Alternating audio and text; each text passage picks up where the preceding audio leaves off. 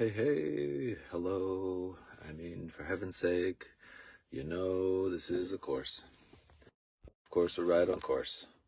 Which course? This course, our course in miracles. The source to see beyond the force of separation, of different aims and exaggerations, of diminishments and hidings and pretendings, of that there is separate interests, of seeing beyond this. This is the course, of course, a course in miracles. This is the 17th day in our 2025 year. Meditations for shining love. Life, A Course in Miracles. Lesson 17. I see no neutral things. Yesterday was, I have no neutral thoughts. And this has me think that thoughts are like the oughts. Thoughts, they are like, there ought to be, but shouldn't there be something other than what is? What if there was, actually, hypothetically? Very pathetically, there cannot be. But let's see what it would look like. It would look like pathology. It would look like chaos, actually. And let me put myself within that dream, that story of separation, of seeing something other than what is, something against what is, something opposed or opposite. Let me think that I am the effect of this tiny mad idea. There ought. Let me think this thought. Let me king. I am the thing king. And a being, I say this thought today, our lesson is, I see no neutral things. And the Course in Miracles says the ego peoples. It peopled the world. It peopling. So there is no thing. There is verbing. Verbing means like animating. And mating is like, in some ways you could say, body friction playing, out of which comes, I notice my human self wants to say, cute little babies. Also, man, sometimes it's like, these babies, they're born to be, unfortunately, traumatized within the dream, the story of how things seem in the human story. And so, how story goes is with drama, like some sort of problem, some sort of what's happening, what's this for, why am I crying, how come my elbow hurts, what is a body, why is there limitation? There's got to be something beyond this irritation.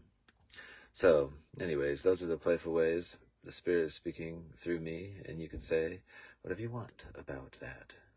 Justly, I will hear you here in my ear, and know that the sound is near. I can understand what you have to say, even if it is not actually sound meaning. Meaning, it isn't meaningful meaning. It is actually something like chaotic meaning, or accusatory accusations, and guilt, blame, shame,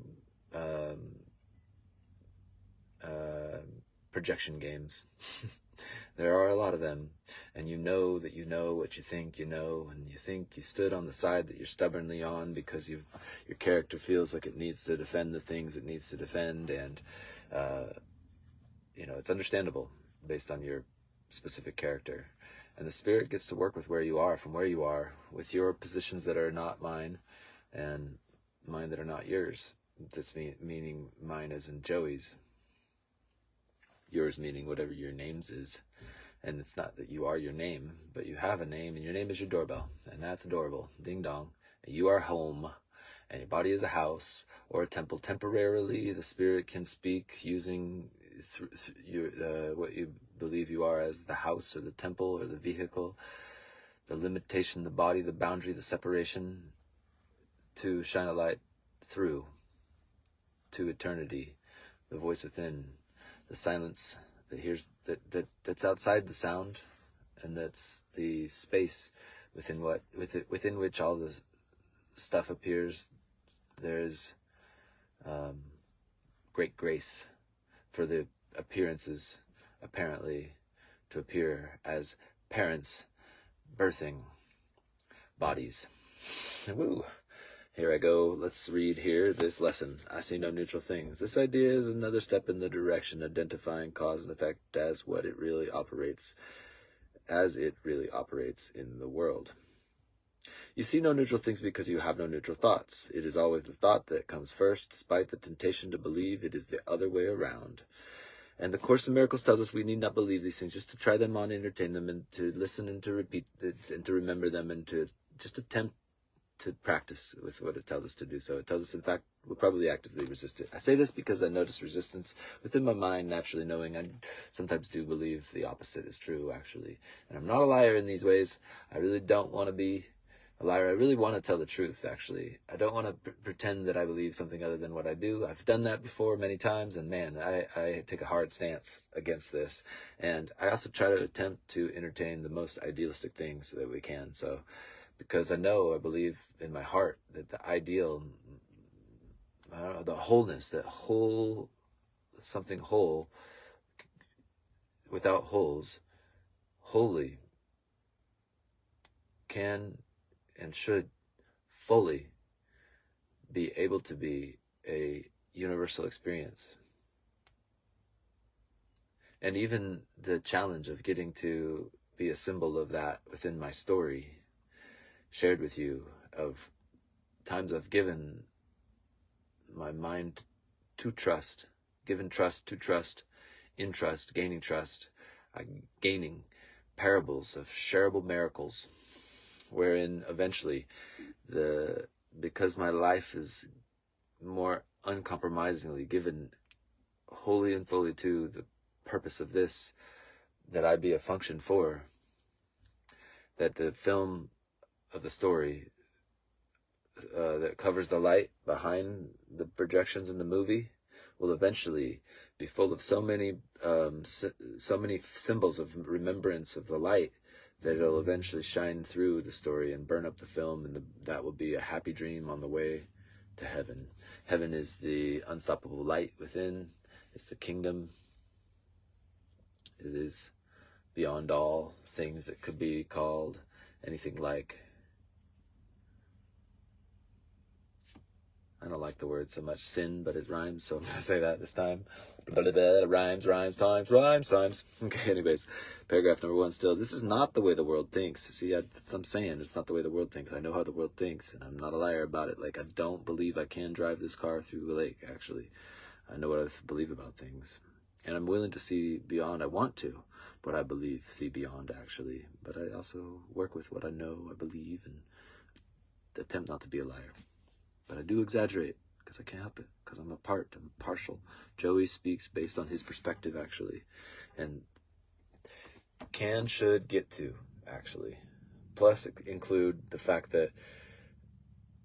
of holiness, of wholeness, the perspective of this, and the perspective of admitting the embarrassing fact of the fact that I exaggerate, the fact that I diminish, the fact that I hide and I pretend, and that I've lied many times in my story.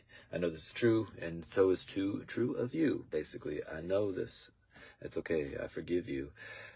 I give you the grace that I know. I'm like, I didn't remember choosing to be a boy, you know. You probably didn't either. Maybe you think you did, but maybe all those memories come to you right in this moment, actually. So let's see here. This is not the way the world thinks, but you must learn that it is the way you think. Ooh, that's a nice distinction. The way the world thinks is the world of the story. The way I think is the way my heart is, actually. It's holy, actually.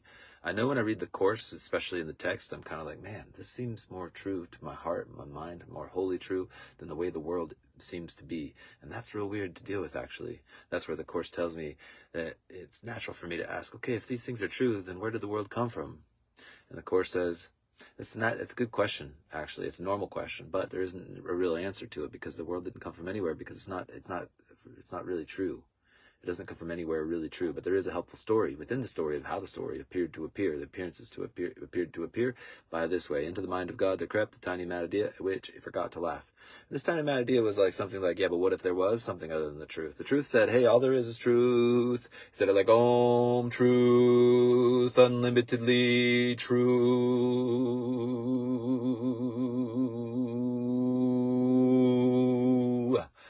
And then the mind was like, yeah, but what if there's something other than that? And the truth was like, bro, that don't make any sense. That's like noise. That's not sound. That's static. It's not signal.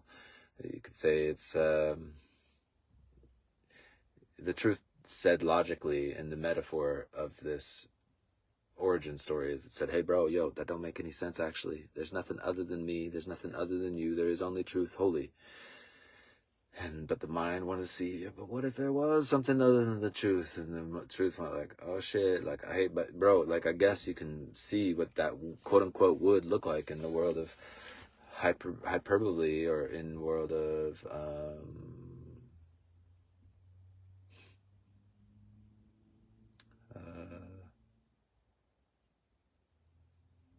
what if it would, what's that word called? I just said it earlier.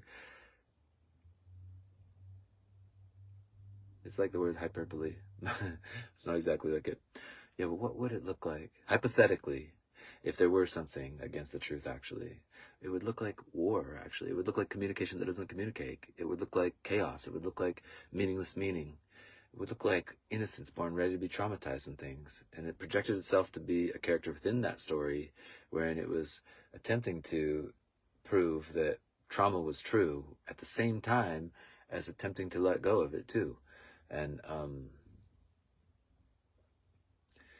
the truth immediately whispered and said, bro, you're just tripping on a tiny mad idea. Everything's okay, actually. In reality, all there is eternal truth, you know? And this is, you're just kind of tripping on this tiny little pop-up book marble that you're like, oh! But it feels so true to you, so we work with where you know you are. And then it felt like the truth is trying to kill what you think you are in that moment, metaphorically, in the metaphor of this origin story. So it made up the world to be a place where truth could enter not, where God would not be. And still the truth snuck into the mind at times, different ways it spoke, and prayers and things like the Ho'oponopono, I love you, I am sorry, I forgive you.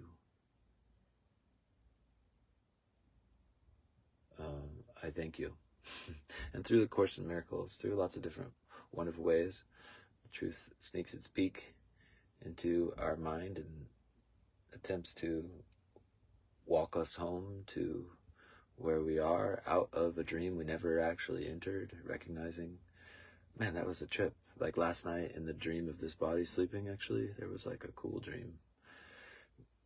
Really, really neat. And in some way I recognize I kind of wasn't there. I was kind of just in my bed, actually. Just in the bed of heaven is all we are, actually. So anyway, okay, let's keep going. If it were not so, perception would have no cause, and would itself be the cause of reality. In view of its highly variable nature, this is hardly likely. There's some interesting logic there that I don't want to explain right now. In applying today's ideas, say to yourself with eyes open, don't say to yourself with eyes open, but with eyes open, say to yourself, I see no neutral things. Things are thoughts because I have no neutral thoughts. And no neutral thoughts. Then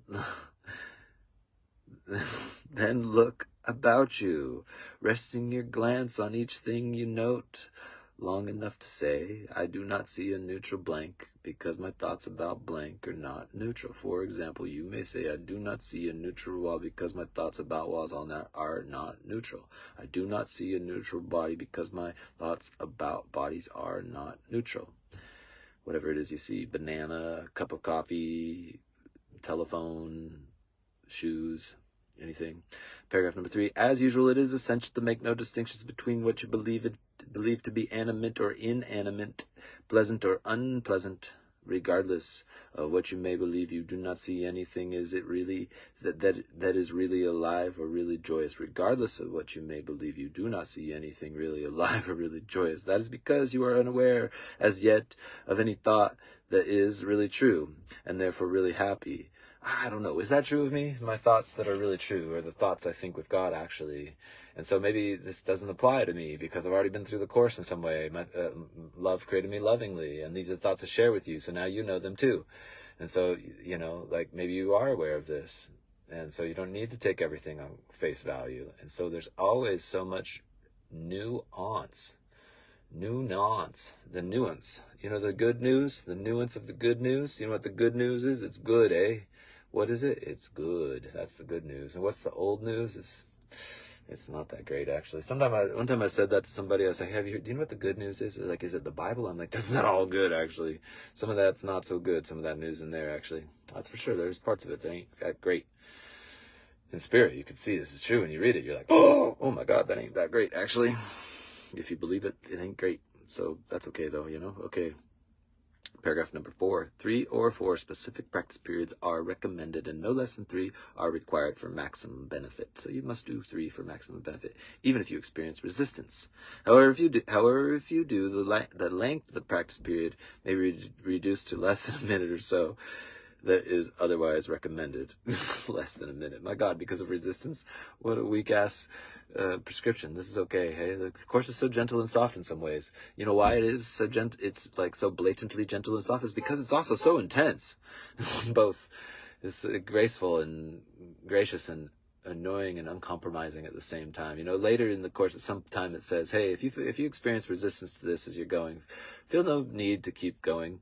If you notice a lack of willingness and resistance come up, feel free to put it aside. But don't just put it aside. When you do put it aside, ask yourself, ask yourself what kind of a day you want to have, and tell yourself there is a way for you to have it. See, the Course isn't a cult in some way. Everything's a cult because all cults are attempting to cultivate a character in relationship to a social game that may or may not care about your character. So your character's trying to be a character in the game of the happy dream, wherein you can be a shiny, bright star of the reality you touch, of the kingdom within, the unlimited light of bright sight, of the holy instant immersion. And so anyway, that's everything. And have a wonderful now.